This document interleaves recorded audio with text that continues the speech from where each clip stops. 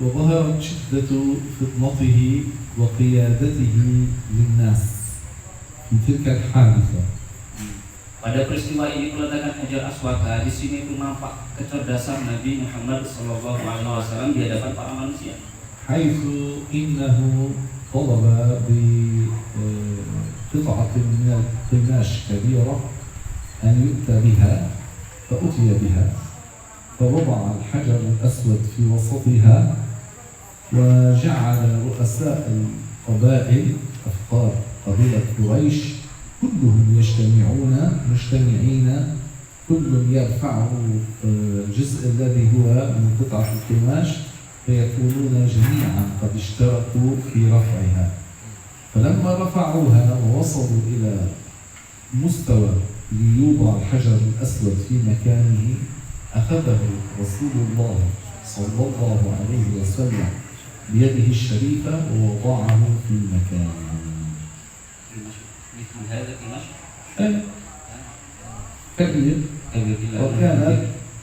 كانت رؤساء القبيلة كلهم اشتركوا في رفعه.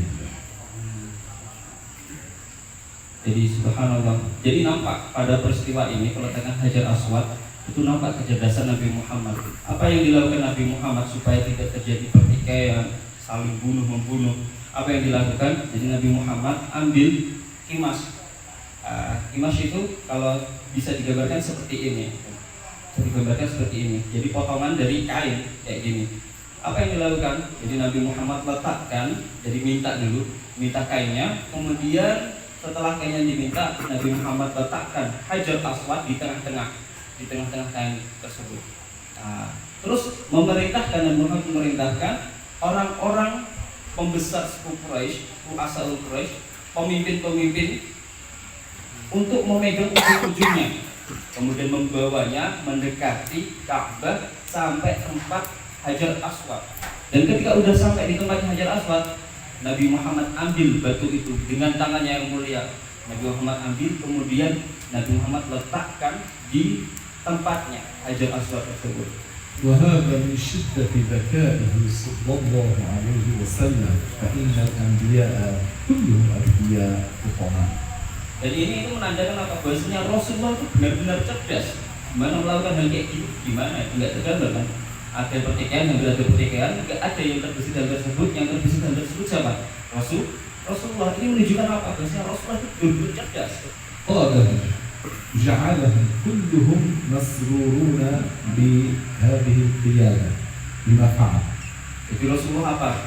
Bikin mereka itu senang, semuanya senang dengan keputusan Rasulullah ini. Jadi Rasulullah pimpin dan mereka senang dengan apa yang Rasulullah sampaikan, dengan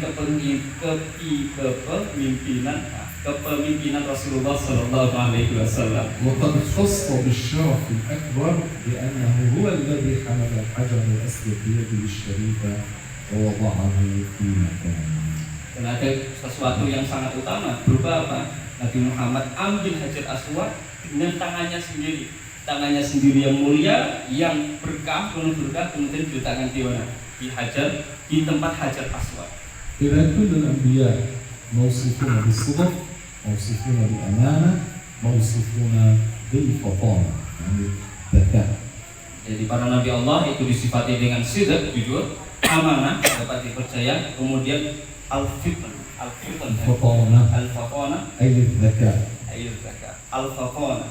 kemudian fatanah yang artinya adalah cerdas. رغم أن المؤلف رحمه الله لم يذكر هذه هنا الفطانة لكنها من صفاتهم عليهم الصلاة والسلام أجمعين. Jadi meskipun tidak disebutkan di sini al-fatanah, kalau kita lihat di teksnya nggak ada kata al-fatanah, redaksinya nggak ada fatanah, tapi ini juga termasuk dari sifat yang harus dinisbatkan kepada para nabi Allah. ويجب للأنبياء لجميع الأنبياء تبليغ ما أمروا بتبليغه للخلق، يعني لا يكتمون شيئا مما أمروا بتبليغه، فهم أمناء على الشرع على الوحي. Para nabi Allah mereka ini juga memiliki sifat apa? Tabligh. Tabligh di sini bagaimana sesuai yang tertulis di kitab, menyampaikan perkara yang diperintahkan untuk disampaikan kepada makhluk. Jadi mereka nggak akan menyembunyikan wahyu yang turun kepada mereka, nggak akan menyimpannya untuk dirinya sendiri, tidak. Tapi ketika turun wahyu, mereka pasti apa? Mereka sampaikan wahyu tersebut kepada makhluk. Mereka itu orang yang amanah, nggak akan mereka itu melakukan khianat sehingga apa?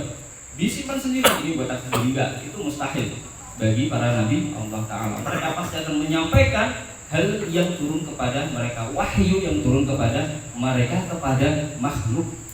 وما ذكره المصنف هنا هو الحق هو الصواب. Dan yang disebutkan musannif ini betul. هو الحق هو الصواب. Hak, betul, benar. وليس الأمر كما يذكر في عدد من المصنفات في عدد من الكتب يوجد غلطة شنيعة. عجيب كيف أنهم مع أنهم بعضهم معروفون يعني من علماء أهل السنة لكن وقعوا في هذه الغلطة.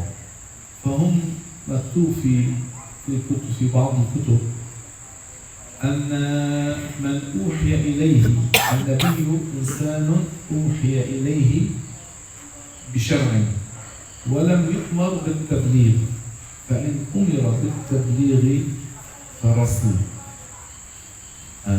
هذا غلط. الكل أمر بالتبليغ، النبي أمر بالتبليغ والنبي الرسول أيضا أمر بالتبليغ.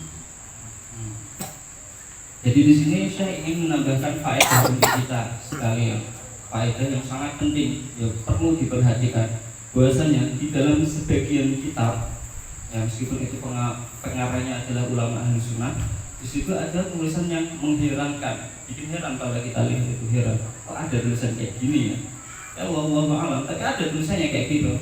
Tulisannya berupa apa? Sebelumnya tulisan ini enggak benar, enggak sesuai dengan yang kita pelajari ini, enggak benar. Apa tulisannya itu? Tulisannya adalah seorang nabi adalah seseorang yang turun kepadanya wahyu dan syariat, dan mereka itu tidak disuruh untuk tabligh, tidak disuruh untuk menyampaikan dakwah. Adapun kalau disuruh menyampaikan dakwah, ini adalah rasul. Nah ini keterangan seperti ini, ya meskipun itu tertulis di kitab-kitab ulama ahli sunnah wal jamaah, ini keterangan yang bikin heran. Kok bisa kayak gitu? Nggak mungkin mereka melakukan hal tersebut. Gimana mereka itu menyembunyikan wahyu? Mereka itu ketika turun wahyu kepadanya pasti akan mereka sampaikan. Jadi mustahil terjadi pada para nabi. Jadi kalau ada teks kayak gitu, saya bilang apa ya, ini ghalat. Itu adalah sesuatu yang ghalat, itu ya kesalahan, sebuah kesalahan. Jadi enggak untuk dipercaya, enggak untuk diimani.